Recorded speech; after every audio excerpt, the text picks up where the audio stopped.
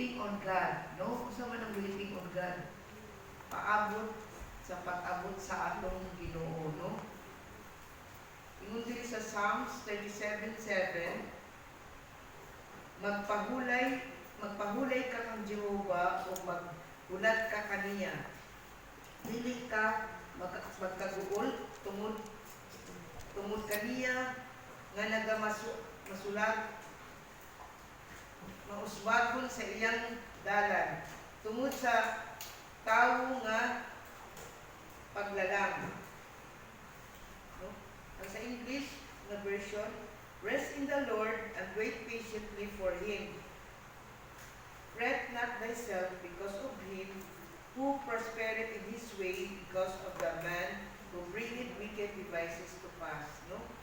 So, dili daw ta magkaguol, no? O magpahulay ta, o nakay peace sa atong kasing-kasing, no? Kay magkuanta ba, mag-relay ta sa Ginoo na musalig ta sa iyang mga saad ug pulong wa siya nagbago kaniadto karon hangtod sa kangturan. No, isa ra gihapon siya, maura gihapon siya kaniadto hangtod karon. So dapat mag-relax daw, no? O mag-rest atong mind, ang atong heart, nga di ta ma-burden, di ta mag-uul, no? Naatay kanang pag-asa ba, naatay hope gikan sa Ginoo, no? Magsalig ta sa iyang mga saad. O wa siya napakyas kaniadto karon hangtod sa kangturan. O di daw ta mag-worry, di ta mabalaka, no? O kanang may mga anxiety, kanang di makatulog. Wala na po sa di makatulog kay dagan yun ang una, no? Pero dapat i-entrust nato tanan sa Ginoo, dili ta magsalig sa ato ang kaugalingon, no? Kay wala ang gitay mahimo wala ang Ginoo sa atong kinabuhi. Siya lang yun ang atong manunubos, siya lang yun ang buhig na Diyos na mutabang sa ato, mudasig sa ato, o di ta mawala ng paglaon, no? Kay katong isa kaadlaw na ako'y giduaw nga friend na mo, ni June, may di ay nga naduaw na ko siya, kay naagay siya sa depression, no? Hapit daw siya mag-anak ba, magpakamatay, kay nagbigti na daw unta siya, kaso nagkuna-una siya nga, nasapan siya sa iyang pagumangkon. So ako siyang giadto, kay nag-post pag siya nga wala daw siya bugas, anak. So ako siyang giadtuan, then kuaga na ako siyang gipag-pray over, no? Kay wala man prayer lang yun ato matabang sa imunaan nga sitwasyon, no? Although dapat ay gamay tabang ang gihatag, pero imong temporary lang yung tabang ang mahatag nako, pero ang tabang gikan sa Ginoo, maglahutay yun, naagli tabang o kanang rescue gikan sa Ginoo. So sa Ginoo lang yun mo salig, no? Dikit sa atong paugalingon kay wag yun tayo mahimo kung walang Ginoo.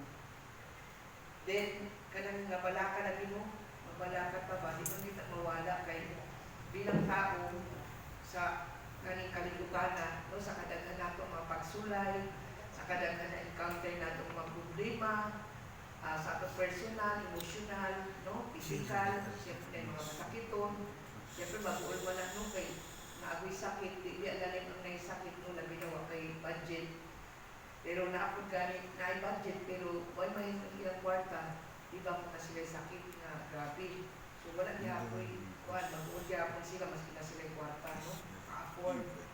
Pero usaring na rin sa atong buwing nga Diyos, kay naay Ginoo nga nagbantay sa atoan, ay Ginoo nga kanang di paabot nato. So mientras nagpaabot ta, maging patient ta, di ta magdali ba kanang kay ang Ginoo baya na siya right time sa tanang higayon, di ba?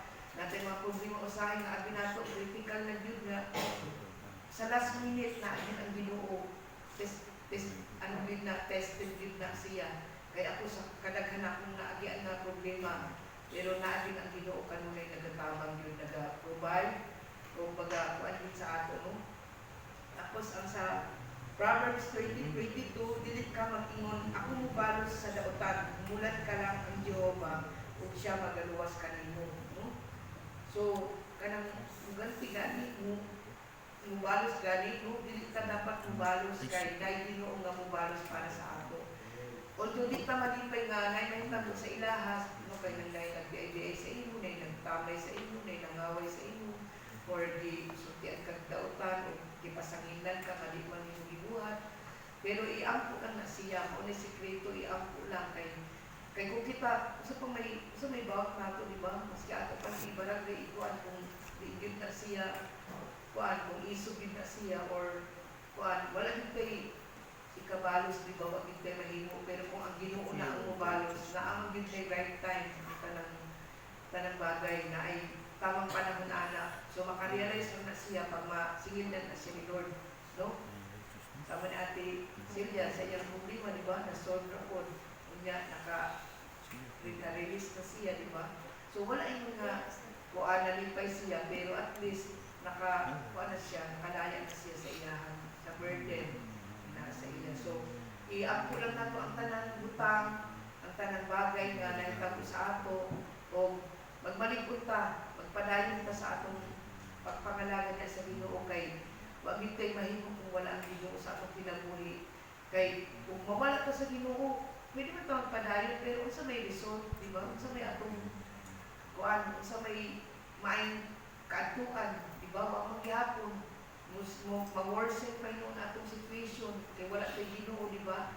Nya si Lord na lang pangkapitan nato, di ba? Siya na lang ang atong usog ba kay nabuhi ta dili para nalangin sa iya, no? Although na atay pamilya na mga kuan kabutangan, pero temporal na siya. Ang atong eternal nga kuan yun kailangan natong punduhan kay naatay eternal nga paabuton, naatay kuan ba kanang paabuton nga naata sa langit maato, di ba? Malipayon ta pohon pag abot sa panahon nga wala na ta diri sa kalibutan. Kung ang atong pamilya po ato silang sharean, ato silang panikamutan na maka-apil po sila, maka-paambot ta kung may balita sa ilaha kay kanang isip ka sa isa nato atong mga panagbigil o mga problema, no? Sa atong parinti, sa atong maigsuon kay ang atong tan-awon ang Ginoo, ang gugma sa Ginoo, ang atong palabihon na angay nato siyang sundon na mas gilisod para sa ato ang makibigit o makig-reconcile, pero kay naay Ginoo nga muuban sa ato, no? Di ta niya masagdan. So while nagpaabot ta sa iya, naagay Ginoo nga muuban sa ato, mugay sa ato, no? Tapos dire sa English, do not say I will repay evil, wait for the Lord and He will deliver you.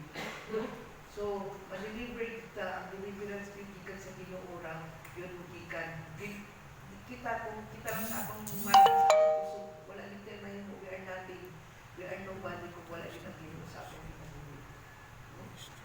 Tapos sa Psalms 27:14, dito ba yan para gitnang mula po, no? Maghulat ka kang Jehovah, magmalikon ka o paisugon mo ang imo kasing-kasing, o maghulat ka kang Jehovah. Yun sa English, wait for the Lord, be strong, and let your heart take courage, wait for the Lord. So magpaisugod ta, no? Ang ato kasing-kasing nato pa pasagdan ba nga magmaluyahon. Kay once na magmaluyahon ta, wala apektado tanan. Ang intiro nato mga lawas, di ba, maapektuhan kay kung nagsakit, mag-heart, naman kay heart disease, di ba? Kung ang heart ba is one of the main function sa atong lawas. So once na-apektado ang atong heart, magmagul-anon ta, kanang nasukuon ta, sigitag kasuko. So naana siya balik, di ba? So kinsa may mag-suffer ang atong atong lawas. So while waiting kay Lord, maningkamot ta nga as much as possible kung mapagpasensyahan, mapalapas ang nadunggan ng istorya, or kanang nahitabo sa imo, gisulti sa imo, or gihimo sa imo igsuon. Kanang let be bygones, magpasay yung ta, no? Kay kanang wala may maayong may maayong maatuan, di ba? Sa isa ka, ba yung congregation, kung naakay dili maayong mood sa imong igsuon, kanang makaapekto ba yapon na, di ba? Na makitan sa imong reflection, like makitan sa imong kinabuhi nga naakay aligod-god, di ba? Kunya nangalagad ba sa Ginoo, once na nangalagad ka sa Ginoo, dapat alisun na gina nato, tanggalan na gina nato kay burden man pud na, Nya, di ba di ta makapokus diga buo ang atong pagpangalagad sa Ginoo kung naatay sakit sa atong lughanon gibati nga para sa atong igsuon nga murag paglabot ka magkitaan mo siya kung naalam ko ni naglabot ka sa tu ayaw intervene nga ang kuan kaaway di ba ang kaaway mo ang mga kuan ang kaaway na magsulsol sa imo ba mag sige kuan ka nang sulsol nga ayaw nagtagda uy kuan ana pero kay anak man sa Ginoo iya kapit anak tilud anay nga kuan nato diha makita ang tilud anay natong pakikuan sa Ginoo no kung kabalo bata or willing bata mo pasaylo sa atong igsuon or iangko na lang gid siya no aside sa personal kang nitagan or kung wag din siya makikreconcile siya mapasag din lang siya kay paabot sa gyapon na ang right time na makarealize na siya nga kuan ka ng nga kundi siya nahimo or nag-unang kundi siya sa imo later ma-realize na niya so iangko lang so ang prayer is very effective yun no if yun ta angay kuan digit ta angay mag-doubt sa atong Ginoo no kay kuan din siya kanang naa din siya kanunay mag-uban sa ato no so while naguna ta sa Ginoo atong gyud pankamutan nga makasunod ta sa iyang mga sugo no kay naa bayay kuan panagud sama sa kawatan di ba nga wa pa nag-ingon ang kawatan na mo anha ako kawaton ako inyong butang imong kwarta di ba wala ba ya kay kung moingon pa mangandam na ka di ba so ang Ginoo wala ko na mag-ingon kung kanus ada ganito kani adto pa na ang Ginoo moabot na pero na lagi mga signs di ba makita na lang nato kanang tinuod gyud na sa Bible na lagi mga signs and wonders na makita nato sa karon pero wala kita sahay kung kinsa nga kanang kanus amo ang Ginoo wala pa gyud no so while naghulat ta sa iyaha kanang ato yung paningkamutan na makasunod ta o kanang maningkamutan na mahimutang takos kung alangan ng mga lagad niya sa iya kay useless man ang atong pag-ali-ali diri sa simbahan or maski sa balay mag-pray ka o sa pa kung naakay di dala-dala sa inyong pagbati diba sa inyong kasing-kasing o kuan in general ni siya wala akong i-pinpoint